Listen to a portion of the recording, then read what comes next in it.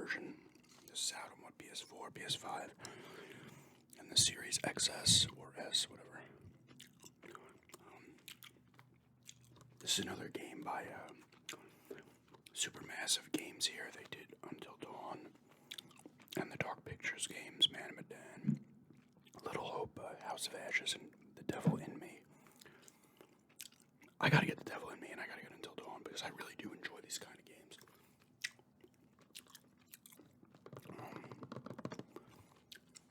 I just actually finished The House of Ashes last night. I was playing it 21 I was playing it. Stepped away from it, but then I started playing this. I'm like, I got an urge now to play these kind of games again, so I finished that one up last night. But this is a review on this one. Out of the ones I've played, which are 3 of the Dark Pictures games, and this is my favorite of the 4 I've played. I think with these games, I like them all. House of Ashes is probably my least favorite, but I still enjoyed it. The thing, if you're into these games, I think the setting will depend on how much you're into it. The story as well, but if you have a nice setting, like this one's in, it's like a summer camp, right? So you get the horror movie type vibes from it. I think Until Dawn takes place in the snow, right? In like cabins and shit or something. But Little Hope's in a small town, which I like that setting. Man of Medan was on a boat. A ship. That was solid. House of Ashes was mostly, it was in Iraq, but you're underground, most of it. So you're a lot of like tunnels and stuff. Probably my least favorite setting was House of Ashes because it wasn't very, the environments weren't very varied, although you come across some weird, cool looking stuff towards the end. But there was a lot of like cave type stuff and very old,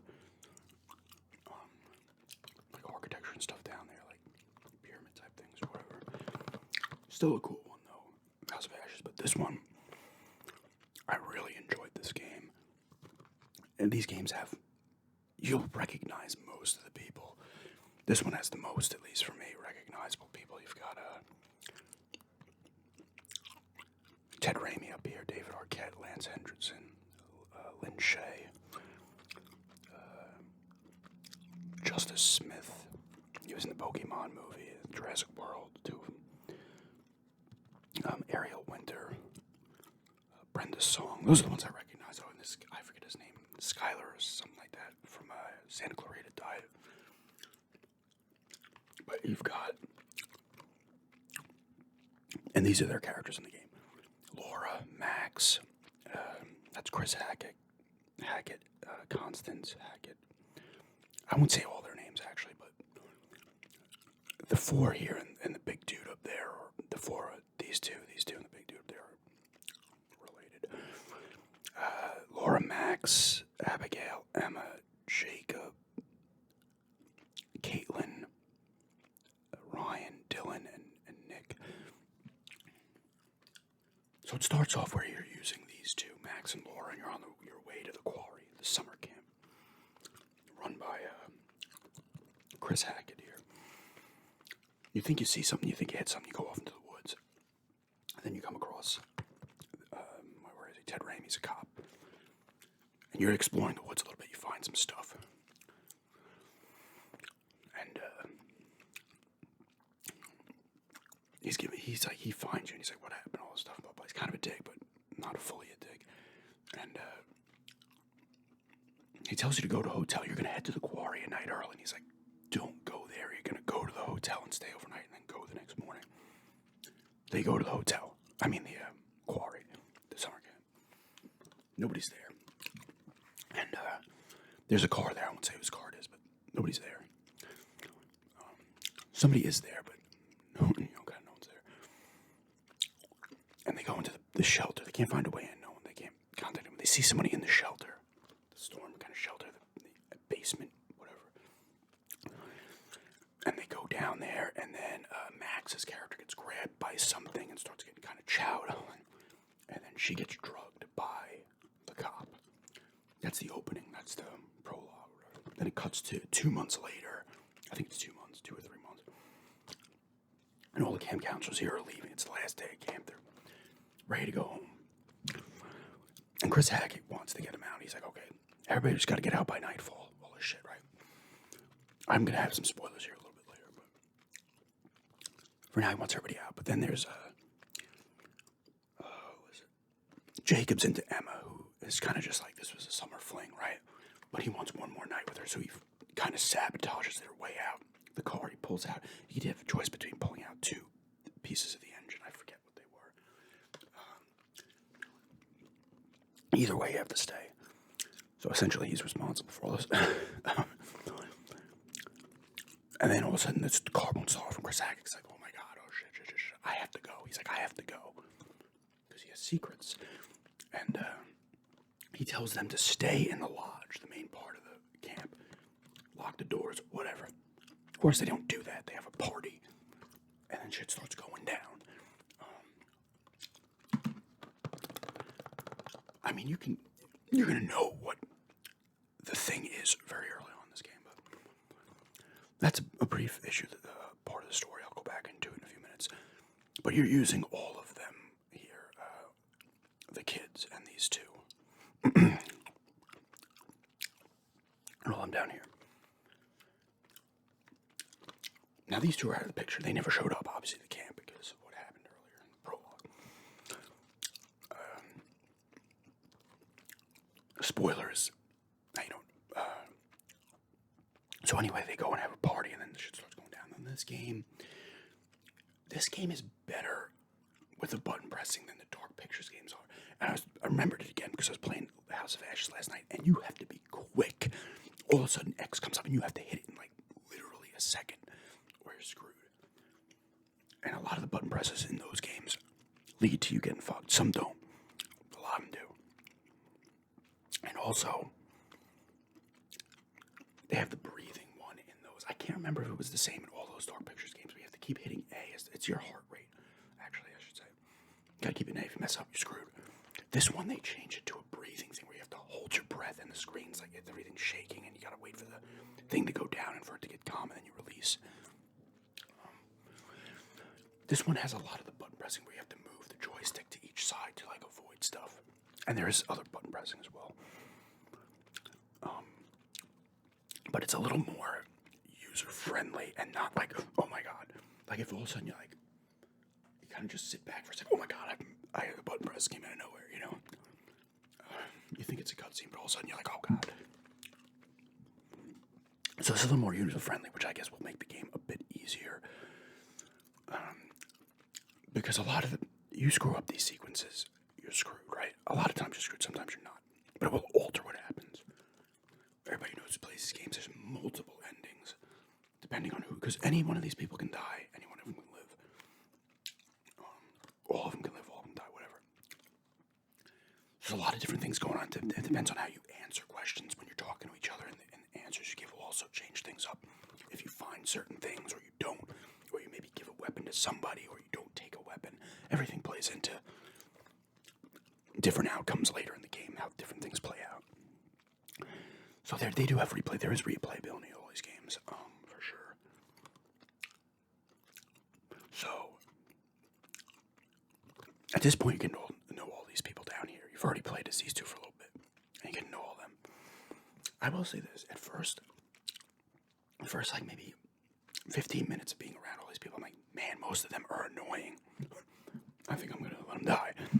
But I ended up liking all the characters pretty much at the end. They did a good job of kind of character building a lot of the characters in this one. And they all have different personalities, and there's love interests going on between them. Like I said, Emma and Jacob. I won't tell you all of them, but it doesn't matter. Abigail and Nick, there's a thing there. Dylan and Ryan, there's a little bit of a thing there as well. Yeah, I make some crazy decisions in this one. Spoiler here, one involves taking a dude's hand off. For me, only one of them, Emma's the only one that died in my first playthrough. And that was because it wasn't a button press, but it was like, there was noises coming from this attic thing. And I'm like, they're not going to kill me here. I'm going to check it out, I get killed. I'm like, ugh. And there was no button pressing there. It was just, I made that decision. I was screwed. But there's a lot of cool areas in this. You buy a lake at one point, boathouse, a little island that has a thing in it. There's a junkyard later in the game. There's the main lodge. A police station at one point. This is where I'm going to delve into spoilers of the story. You end up in the Hackett family house at one point. Now, the Hackett family is these two, and the big guy in the back. And there's other family members mentioned. But Hackett, he runs the Quarry, the camp. He's the cop, Travis, and these are the mother and father, Constance and Jebediah, and this is Bobby in the background, the one brother. And here's the big spoiler. If you don't want to hear any more of this now, stop watching for a little bit. They're werewolves. There's a reason they're werewolves. Not all of them are. Some of them are. And that's the reason they wanted to get the kids out immediately, because it was a full moon that night. Wanted to get them out by sundown. And there's also the one we collect tarot cards in this game, and it shows you a quick premonition. It's like the things you find in the dark picture games. It was like pictures or slates or whatever, and it gives you a premonition.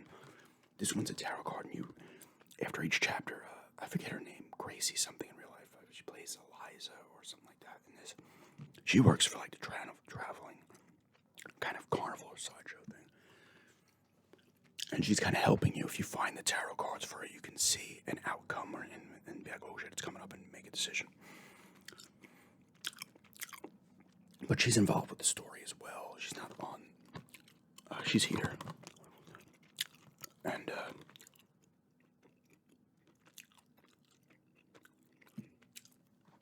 so I'll see the story on the back. But she plays into the story as well. She's helping you. It's like you meet her after each chapter. This one has chapters and stuff like that. And it kind of plays into it, and she gets pissed at you, certain things, whatever happens. And you find out more of a story of why some of these family members became werewolves. Do they deserve what they're getting or not? And the family, they do a good job of making it seem like they're bad, but they're really not. They're trying to.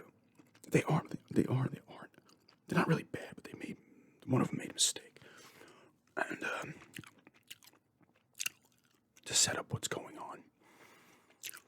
But the family that aren't infected go out, and they're trying to find the one who started by biting the one grandkid, Kaylee, Chris Hackett's kid. But he's the grandkid of the Constance Jebediah. And there's a reason why she ended up getting bit, and that's where all things happened. I won't spoil that, but how that happens. And I won't tell you which family members are werewolves, but there's a reason they're trying to find the one that started, because that's the curse. Like, if you take out the one who started, the ones who are still alive, but werewolves, will come back to normal. If you're dead, if they kill you as a werewolf, you're screwed, because some bullets get involved. So the story's pretty good. It's not like overly original. It's a nice story. It's like it says on here. It's a teen horror thing, even though most of these kids playing them are all in their 20s. But the setting's nice. You have a couple different places you go to. There's like the camp itself, like where all the cabins are, where the kids would have stayed. There's a radio house you go into, which is in that same area. You're finding clues about the mystery of the Hackett family and stuff. You find the secrets and stuff like the other game. So you start to piece together stuff. And the ending of this one's cool, because if you found a certain amount of things, there's a podcast in like the game world. It's called like the Bazaar or something podcast. And I think it depends on how much you found. The people doing the podcast have gotten like a mysterious package from one of these people, and they're talking about stuff based on what was found. So if I found maybe more things with the case, maybe you would get more of that, but whatever. That was kind of cool. Running through the credits. The setting's creepy. It's not an overly creepy game. Oh, there's also the Hag of Hackett's Quarry. I won't tell you who that is in one of the characters, but so you're seeing her ghost occasionally as well. So there's some creepy parts where all of a sudden, out of the corner of your eye, you see something that goes away quick. You're getting chased a lot in this one. There's always decisions you have to make, and it will depend on not that they end up hating each other, but there's more apprehension towards each other and stuff. So you're doing that like the other games. You're finding things and stuff like that. And like I said, certain decisions do certain things. Like I said, the only one I had died was the one.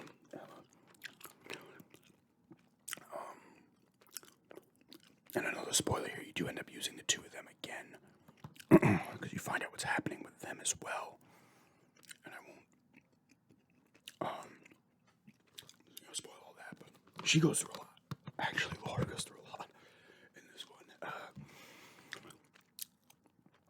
But I really enjoyed it. Graphically, it looks nice. Like, I was looking at House of Ashes, and I was like, the facial animations and everything are much better in this, I think, than House of Ashes. And that was only a year prior. And I was talking to somebody on Instagram that said even Until Dawn even looks better than even this. And that's the first one they did in like 2015. So I kind of want to play that one. Maybe I'll order it today. But all the acting is solid in this. Some of the older actors do a better job. But everybody does well. And nobody seems like they're phoning it in or anything like that. Like I said, the graphics do look nice. I'm sure it looks a little bit better on the newer consoles. And the gameplay's nice. Some people complain that it was a little too slow. This is, I think, the longest. I think I put like 11, 12 hours, but it's the longest of the... I'm not counting replay, but I'm kind of... First playthrough. This is definitely longer than the Dark Pictures games I played on a first playthrough. Like I said, there's replayability because you can have everyone survive. Someone else dies, everybody lives. You make different outcomes, so the characters look at each other differently or whatever. You go through the same scenario, but like a different route through it, Same scene, different outcome type of stuff. This one's pretty well done, though, Some of the dialogue, this one's a little too jokey with the dialogue. The kids are always making jokes. The mid-20s people are always making... The mid-20s teens are always making jokes. Which you could just say maybe they're afraid, so they're just making jokes, but... And they all have their own kind of personalities and stuff like that. Like I said, at first they were all kind of annoying, and then they all became much more likable as it went on. But I would give this game an 8.5. I really enjoyed it. I like these kind of games now. I'm really digging them. I knew what Man of Medan was, but I never played it, and then I bought it cheap. Maybe like a year after it came out, and I was like, this is kind of cool. And then I wanted to get I pre-ordered Little Hope. I don't think I pre-ordered House of Ashes. I might have, but... And I picked up this one. I want to get Until Dawn and The Devil in Me as well.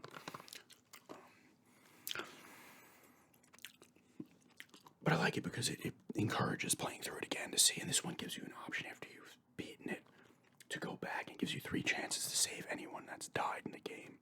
And you can go back and go to different chapters to find other collectibles you missed or tarot cards for achievements or trophies. But it was really cool. Like I said, an 8.5. Graphically, it looks nice. The environments all look nice. The faces all look good in these games, This one looks a little more natural movement and stuff than that Dark Pictures games. Story's solid. It's a horror story. It's not going to break the mold or anything, but it's a nice little story with some decent twists and turns along the way. And I don't mind the gameplay. I like it. I like exploring these environments. Occasionally, you'll go to a wrong spot, and it will precede what you're doing, and you can't go back and find stuff. I did that actually in House of Ashes too. I was like, damn it. I didn't realize it was going to move me forward instead of allowing me to do that and then quickly keep looking for stuff. That can get annoying sometimes. It's not a big deal.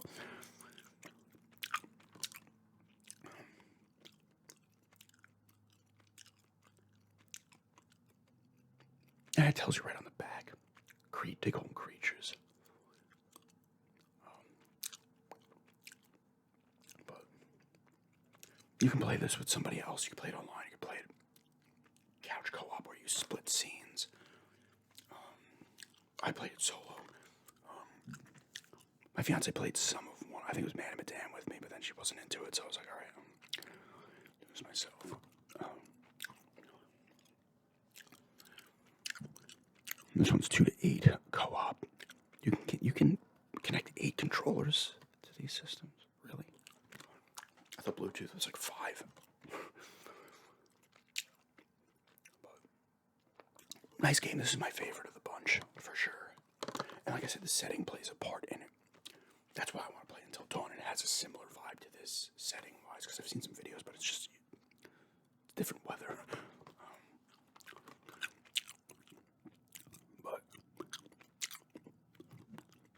It's a nice game, you know. It's just I like these kind of games. It's just I don't know. They're like laid back, but all of a sudden you're like, oh crap, I gotta run. I gotta do this. I gotta do that. And it's a little the walking stuff's a little janky because you're still getting like they're just like walking towards each other and they hit each other and stuff. I don't know if systems will get to a point where everything the animations of like walking and movement are completely perfect.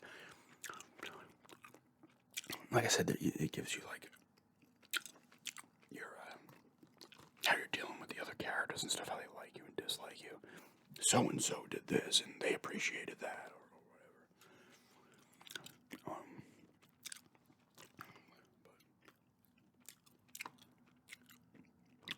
It's a nice game for sure. I would definitely check it out if you've been into the other ones and you have not played this one yet. Definitely check it out. Like I said, I think you're gonna like certain games depending on the setting you like. None of the settings in any of the ones I've played has been bad. The only issue I had with House of Ashes is that it was a little too dark because you're in these like caves and you kind of go deeper. That one has a cool. You think it's something and it ends up being something else, which is kind of cool. For sure, and that one played a little bit better on emotions and stuff, I will say. And it was less. They still made their jokes, but this one had more of the jokey in it than any of the other ones. But yeah, I definitely go an 8.5 on this one. But yeah, that's just a review for the Quarry. And thanks for checking this out.